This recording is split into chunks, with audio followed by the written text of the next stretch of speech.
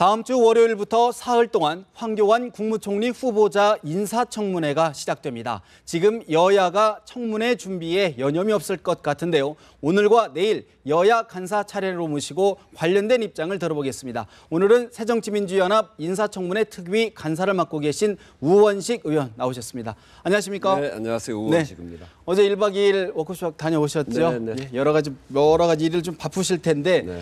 먼저 지금 전국 상황이 메르스에 대한 국민적 참 우려가 높습니다. 야당에서도 참 네. 매우 주의 깊게 보고 계신데요. 네. 정부의 지금 대책 또 이런 부분을 좀 어떻게 좀 보고 계신지요? 그 12년 전에 메르스하고 비슷한 사스라는 게 있었습니다. 그때 우리나라가 사스 예방 모범국이었어요.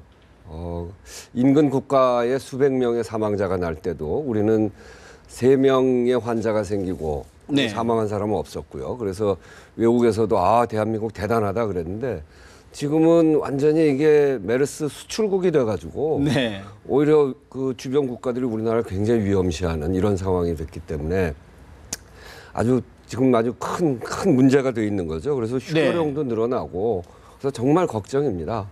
그런데 정부가 이런 문제들에 대해서 정말 열심히 하는가 이런 걸 좀 살펴볼 필요가 있는데 확진 환자가 나오고 13일 만에 네. 대통령께서 그 대책회의를 하셨고요. 그리고 2일 날 그 새벽에 18명의 확진 환자가 나온 게 이제 보도가 다 됐는데 그날 청와대 회의 때 대통령께서 15명이라고 현황 파악도 제대로 안 돼 있는 상태이기 때문에 정말 걱정인 거죠. 그 1년 전에 세월호 때 사고 난 지 8시간 만에 나타나셔서 그 왜 구명조끼 입은 애들 왜 안 보이냐 이거랑 거의 비슷한 상황이어서요. 정말 걱정인데 행정부처가 정말 무능력하다. 네. 상황을 제대로 잘 모른다. 이 보건당국이 확진 환자가 나오는 날 그냥 체육대회를 했거든요. 네. 이 비상이라는 의미, 예, 비상이라는 의미 그런 느낌을 전혀 갖고 있지 못했고요. 최경환 장관이 지금 총리 대행인데 이 양반도 그냥 외국 나가시고 OECD 회의 때문에 나가 있는 상황이죠. 그리고 오히려 국민들한테 통제를 잘 안 따른다고 뭐라고 그러고 하여튼 그래서 사실 굉장히 걱정입니다. 그렇다 그러면 정부 차원의 또 역할이 있을 테고요. 또 네네. 국회 차원의 또 여당 못지않게 야당도 국정 한 축인데요. 네네. 국회 차원의 어떤 역할들은 뭐가 좀 있을까요? 이게 이제 예산이 필요한 건 예산으로 그리고 지금 법이 필요한 건 이렇게 제도를 만들어야 될 건 빨리 만들어야죠. 그래서 여야 간에 국회를 열어서 이 문제를 해야 되고 정말 초당적으로 대처를 해 나가야 됩니다. 저희 새정치민주연합은 추미애 최고위원을 그 대책위원장으로 해가지고 대책위원회 구성을 하고 그리고 범정부 차원의 대책기구를 빨리 구성을 해라. 네. 그리고 이 메르스 통합 이 콜센터 이건 이제 신고할 때도 있어야 되고 빨리빨리 대응을 해야 되기 때문에 네. 콜센터를 빨리 만들고 그리고 이제 주의 단계가 아니라 경계 단계로 올리고 그리고 이 병원 정보 지금 어느 병원에서 무슨 일이 일어나는지 알 수가 없지 않습니까? 그러니까 국민들이 굉장히 불안하고 우리 동네 병원 가도 되는 건지 아닌지 이런 걸 알 수가 없기 네. 때문에 이런 모든 정보를 공개해서 국민들이 잘 대응해 나갈 수 있도록 그렇게 해야 된다. 이런 점들에 대해서 이미 입장을 발표를 했죠.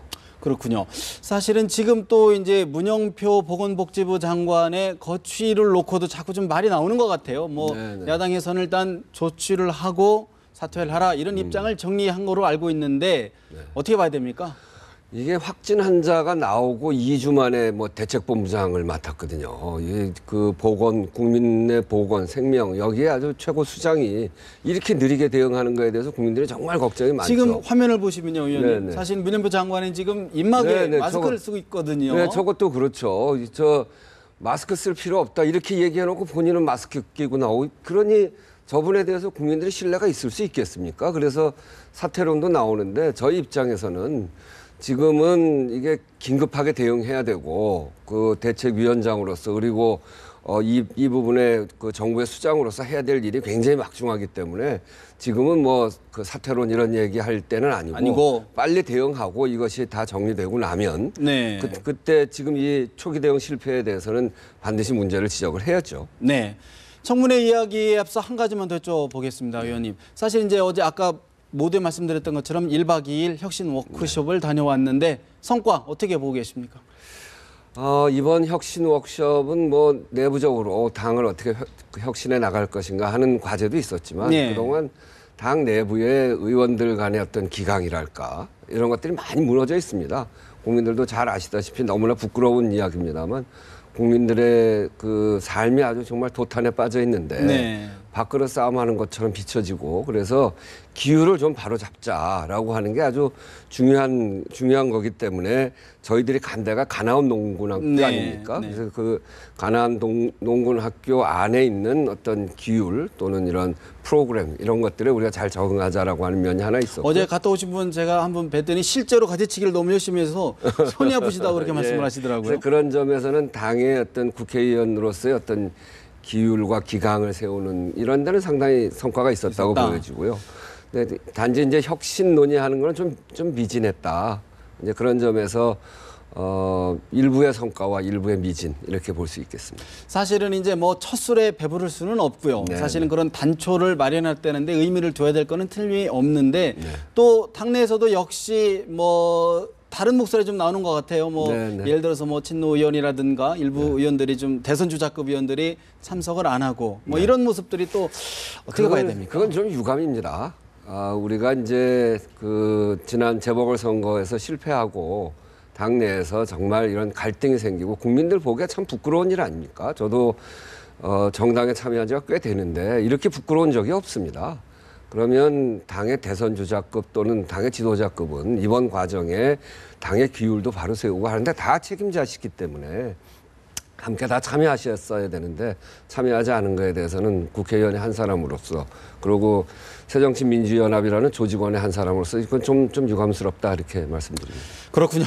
자, 이제 우리 의원님께서 사실은 이제 청문회 황교안 총리 후보자 인사청문회에 야당 간사를 맡고 네, 계신데요. 그렇습니다. 사실 시중에서는 우스갯소리로 메르스의 최대 수혜자가 황교안 총리 후보자 아니냐 이런 우스갯소리까지 나올 정도로 청문회가 좀 관심이 좀 이렇게 좀 뜸한 것 네, 같은데. 그래서 좀 저희들 아주 열심히 준비하고 있는데 언론에서 그 지난번에 다른 총리 청문회 할 때보다 훨씬 관심이 좀 덜하고요. 그 물론 이제 메르스라고 하는 아주 그 국가 재난이 있기 때문에 거기에 관심 갖는 건 당연하고요. 그렇지만 예. 저희는 뭐 언론이 덜 관심 갖는다고 하더라도 총리는 정말 우리 국민들에게 중요한 분이기 때문에 철저하게 검증하는 게 맞다고 생각하고 열심히 하고 있습니다. 그렇군요.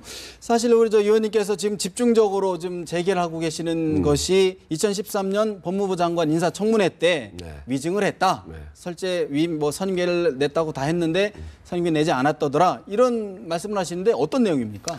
저희들 검증의 가장 중요한 원칙은 지금 국민들의 삶이 완전히 도탄 상태 아닙니까? 1000만 비정규직 600만 자영업자의 삶이 정말 말이 아닙니다. 목숨 끊는 사람들도 많고요. 이제 그런 시기의 총리이기 때문에 이분이 그동안 그런 일과는 전혀 무관했던 분이고 공안 주로 담당하셨던 분이기 때문에 좀 걱정입니다. 그래서 아주 철저히 검증을 해가고 있는데 하나는 이제 그런 이런 어려운 국민들의 삶을 어떻게 해소할 만한 그런 역량을 갖고 있는 분인지를 검증해 갈 거고요. 네. 또 하나는 역시 국무총리는 모든 국민들이 우러러보는 분이기 때문에 그만한 도덕성을 갖춰야 되는 분이죠. 제가 제기했던 거는 그런 겁니다. 2013년 장관 청문회 할 때 이분은 이제 그 부산 고검장까지 하시고 공직으로. 아주 거의 네. 고위 공직을 하시다가 퇴임해서 변호사를 17개월 동안 하지 않으셨습니까? 그 기간 동안 로펌에 들어가 계시면서 이렇게 119건 그때는 101건이라고 그러셨는데 그런 이제 선임을 해서 그러니까 그런 사건에 이제 그걸 변호사로서 하시고, 이제 예. 맡으셨단 말이에요. 그런데 그때 이 선임계 문제와 관련해서 박영선 그 위원장이 수임을 다 했냐, 수임계를 냈냐 할 때 저 101건 전부 다 선임계를 냈다. 예. 이렇게 얘기를 하셨어요. 예. 근데 요번에 그때는 이제 이 변호사법에 이런 선임과 관련된 자료를 내야 되는 의무사항이 없기 때문에 자료를 다 안 냈습니다. 네. 그래서 그걸 확인할 수가 없었는데 그 이후에 그런 문제 때문에 황교안법이라고 해서 수임 자료를 몇 가지 조항은 밝히게 돼 있습니다. 입법화가 됐군요. 네네. 그래서 그걸 법조윤리협의회에서 그걸 국회에다 제출을 했는데 119건이고 그중에 19건은 아예 제출을 다 이렇게 화이트로 지워서 보냈고 나머지 100건에 대해서는 그걸 저희가 조사를 해보니까 예. 어떤 사건의 경우에는 그게 이제 조사가 굉장히 어렵습니다. 그런데 이제 몇 개를 조사해봤는데 4개 중에 4개를 확인해봤는데 그 중에 3개는 선임계를 안 낸 것으로 보입니다. 아예 선임을 안 냈다. 네, 그러니까 예. 그게 재판 판결문에 보면 거기 이제 변호사 이름이 이렇게 적시가 되거든요. 선임계를 낸 분은 다 적시가 되죠. 거기에 이름이 없어요. 본인이 수임했다는 사건인데 그러면 선임계를 안 내고 한 거거든요. 예. 그럼 2013년 때 장관 청문회 때 선임계를 다 냈다라고 하는 게 그게 위증인 거죠. 선임계를 안 내고 재판을 하면은 그거는 정상적인 것이 아니고 변호사법에 의해서도 그건 문제가 있는 것이기 때문에 그래서 이 문제는 위증일 가능성이 매우 높아서 선임계를 안 낸 것으로 보이고 그 확인이 안 되기 때문에 그런 이제 의혹을 제기를 한 거죠. 그러면 또 저희들 국민들 입장에서는 그러면 왜 안 내신 건가? 또 왜 그거를 가리고 뺐을까? 어떤 사건인지에 대해서 궁금할 수밖에 없는 것 같은데요. 그렇습니다. 그러니까 본인 그 후보자께서 이건 이제 정상적으로 수임을 하고 선임계를 내고 했으면 뭐 이거를 가릴 이유가 전혀 없거든요. 법에 의해서 밝혀야 될 것들이 몇 가지 있어요. 예. 뭐냐면 이 수임 일자, 사건명, 수임 사건의 관할 기간, 처리 결과 이거는 밝히게 돼 있습니다. 기본적인 사항으로. 네. 그래서 그 100건은 대개 이걸 밝혔는데 그걸 확인해 보니까 선임계를 안 낸 것으로 보이는 사건들이 있고요. 그리고 19건은 전혀 이거를 화이트를 다 지웠어요. 아예 내용이 없이. 네네. 근데 그거 가지고 저희가 이제 그 의혹을 제기를 했죠. 왜 이걸 안 내냐.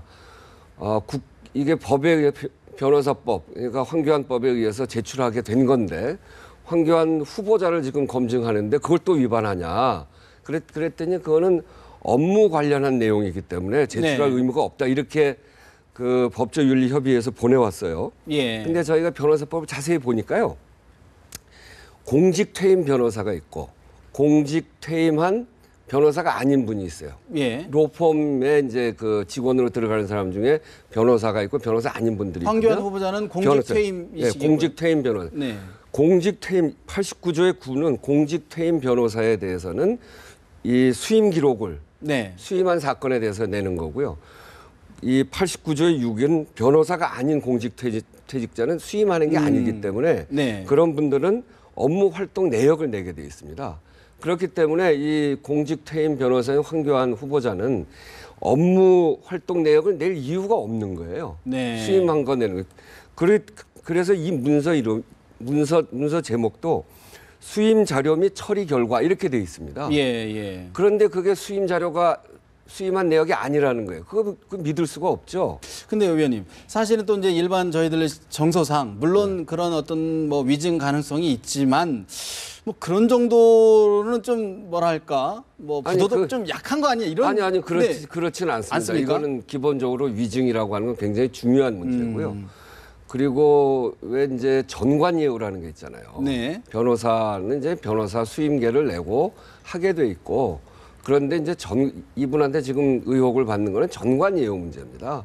이렇게 정상적인 변론을 하지 않고 다른 형태로 이 직위를 가지고 과거의 영향력을 가지고 영향력 행사를 하면서 이게 죄가 있는 것을 이렇게 다른 형태로 뭐 그러면서 과도한 수임료를 받고 이렇게 되면 정상적인 활동이 아니죠.